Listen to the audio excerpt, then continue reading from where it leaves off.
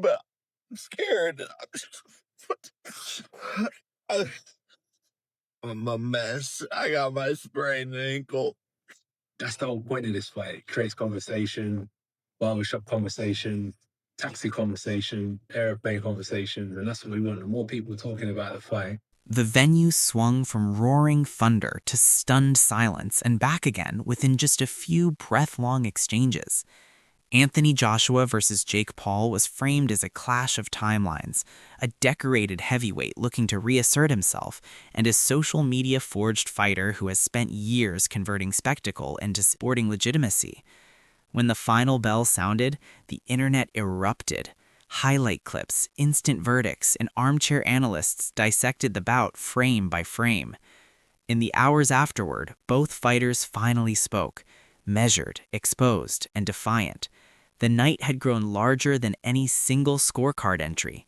With a big heart that wants to change the world, disruptor. And I never took no for an answer. And I'm just chasing my dreams, having fun, and living the American dream, really.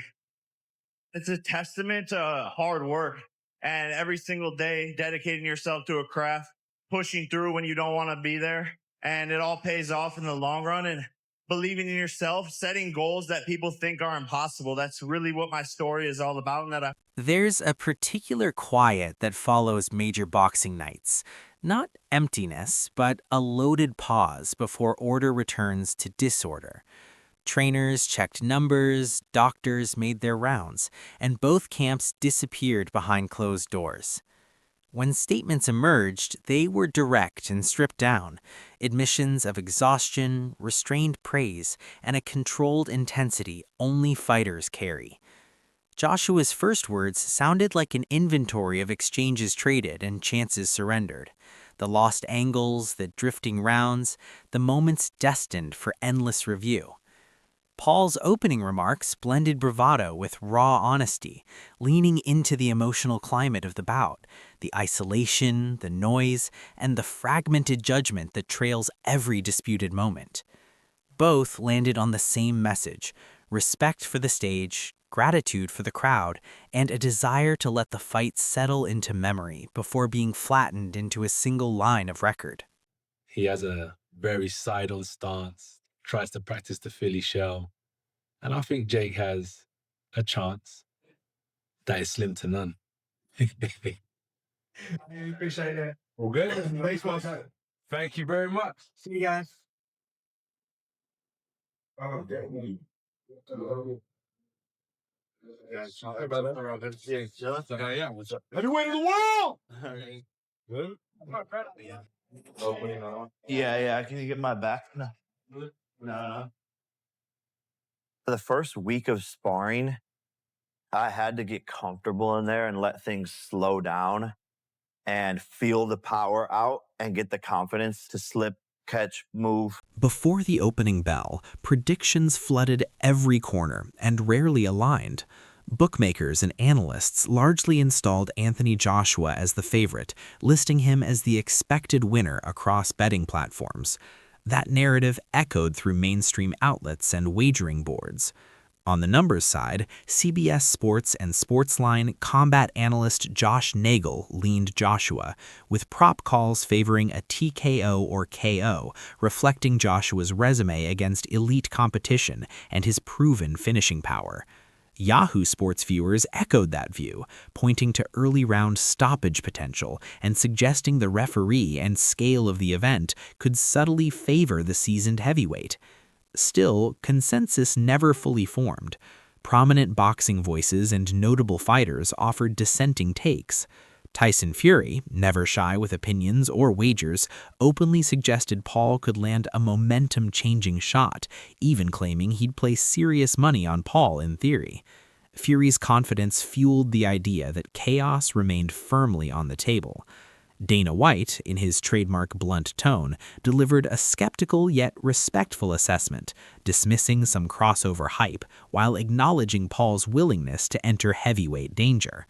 It served as a reminder that sports gatekeepers were watching closely, sometimes doubtful, sometimes impressed. Then there were the fighters themselves. Jake Paul, consistent in his mission to rewrite expectations, publicly predicted victory and insisted Joshua couldn't stop him, voicing confidence across platforms like Pat McAfee's show and throughout the media run. That tension powered the buildup. When an underdog has credible believers and a favorite has analytical muscle behind him, the event gains cinematic gravity. After the fight, analysts did what analysts do. Some revised positions, others stood firm, and many highlighted surprises. Former champions and active fighters admitted misjudging pace and rhythm. Others treated the bout as instruction. Amir Khan, for example, spoke about the kind of strike that could halt influencer boxing, praising Joshua's ability to inject traditional knockout authority into modern spectacle. Others dissected footwork, ring control, and moments where crowd energy flipped expectations. What stood out was candor. Few masked being wrong. Instead, many focused on craft, how to prepare for a media-born fighter sharpened by real rounds, and how veterans like Joshua must guard against both physical and narrative pressure that can sway officials, broadcasts, and momentum alike. It's very tough to say something about Joshua or Jake. I'm waiting for this fight because I'm so excited. But, you know, Jake have a lot of chance to win. And a lot of people think he not, but I believe in Jake. I mean, Joshua is the best fighter and have a lot of experience in boxing. Is a heavyweight guy. And but Jake improved a lot and the people need respect both, because it's not everybody have a sorry my language, but have a balls for come inside the ring and fight. From the opening bell, the tempo was sharp and electric. Early flurries hinted that Paul's awkward aggression could slip through. Other rounds looked like classic heavyweight form: long control, educated jabs, and heavy combinations. Exchanges that seemed ordinary on replay felt massive live.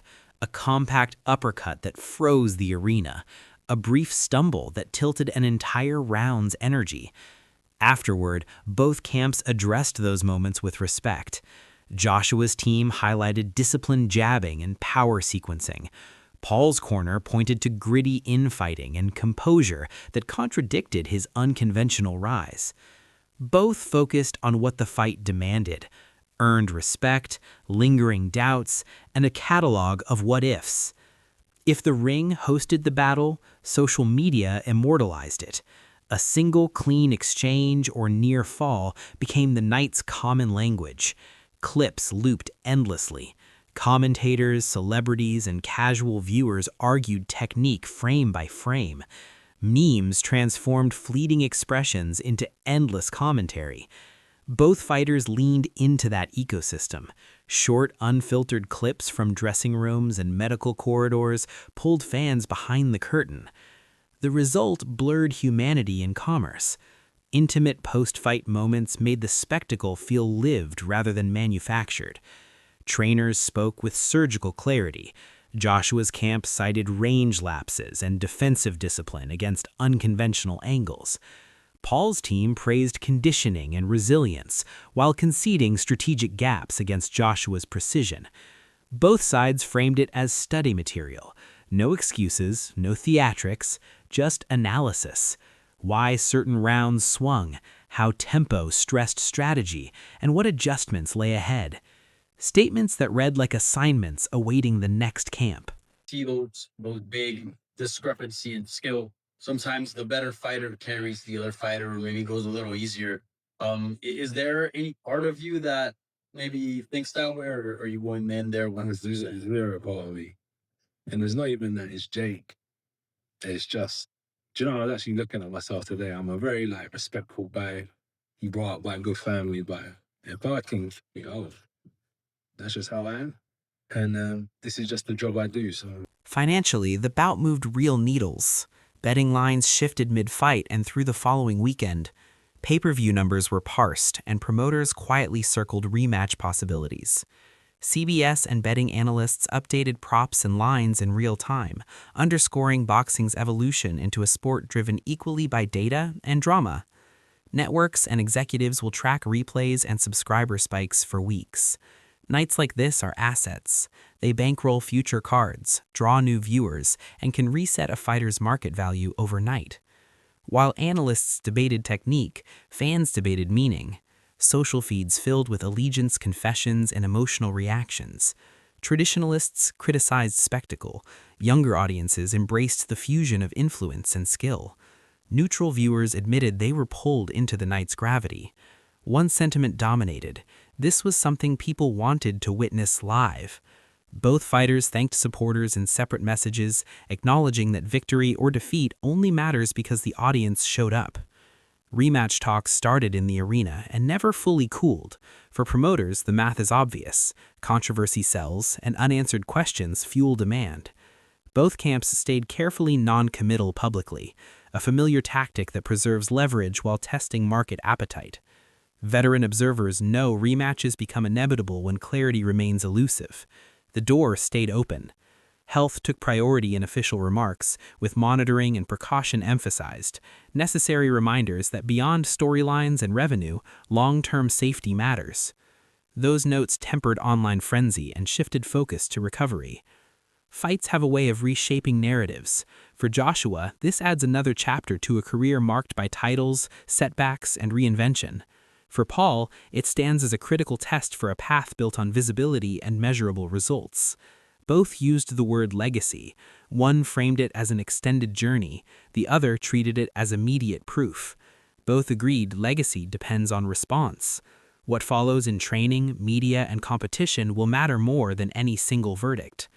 When the night closed, both spoke with humility and resolve, thanked their teams, admitted pain, and promised a return to work. That they're talking about is a massive bonus. So for me, I'm not too sure about, I'm not worried about what people think about the integrity side. I'm more worried about, are they talking?